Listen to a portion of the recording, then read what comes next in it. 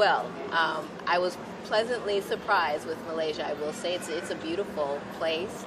I think other than the fact that I've been denied access to see Anwar, other than that, the people of here have been beautiful. They've been very pleasant. They've been very kind.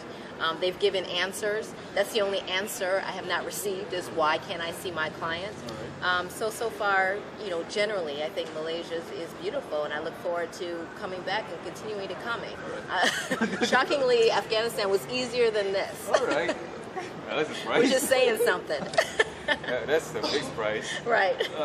How is it easier in Afghanistan compared to Malaysia? Well, I would have seen my client today, for starters. All right. Oh, they didn't. You have never been denied access to a client in No, Afghanistan? because I had, just like today, I had the right paperwork to show that I'm the attorney for the client. This is access to Anwar didn't just begin today.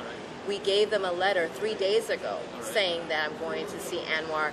I'm his lawyer. Here is my appointment letter. So we had everything that we were supposed to have as an attorney to see your client. And it wasn't until me traveling thousands of miles and coming here that we were told that I don't have access to him. And then when we went to go look for answers at the home ministry, we got 0 answers. And for some reason, apparently all the top people in the ministry are gone at 3 p.m.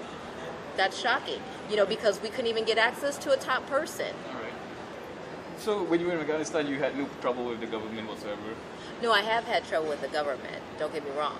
But in terms of having access to my client, that never was a problem in Afghanistan. Sometimes I might have to wait longer than expected, but I've always had access to my clients. And frankly, every single trial that I've had in Afghanistan, I've been successful. All right. Would you say this is one of the most difficult starts of a case then? I definitely think it definitely ranks in the top 5. All right. Well, it's shockingly the political prisoners in Afghanistan are dealt with much better, in a much better way than Datuk Seri Anwar has been dealt with. They're not tortured.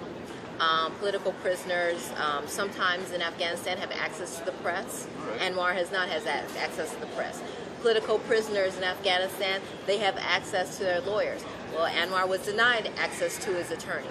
So in a lot of ways, what's happening in Afghanistan in their legal system is much better than how Anwar has been treated in the legal system here in Malaysia. I was hoping to not have these challenges. Unfortunately, if you look at Datuk Seri Anwar's case, you'll see that there's been constant denial of his rights, denial to a fair trial, denial to due process, denial of his human rights, denial to, his right to an attorney. So I was hoping that I would have access to him, but I can't say that I'm not surprised that I didn't have access to him. As a press, you guys have the right to talk to Anwar. Anwar has the right to freedom of speech, freedom of press. Have you been able to talk to him? No, we have not. And that is a problem. That is another denial of his due process rights, another denial of his human rights. Experience in Afghanistan definitely has helped me to understand a little bit more about Islamic law and things like that. And the thing about it is, I don't even want to give credence that the sodomy charge is based on nothing. It's based on politics. There's no evidence. There's no corroboration that this happened. Frankly, according to Islamic law, correct me if I'm wrong, for such a charge, you need 4 eyewitnesses. Yes. There's not 4 eyewitnesses with this. There's barely 1 eyewitness. And so that, starting off from Jump Street, it's not following Islamic law, it's not following Malaysian law, it's following, I don't know, Mickey Mouse law, I don't know what it is.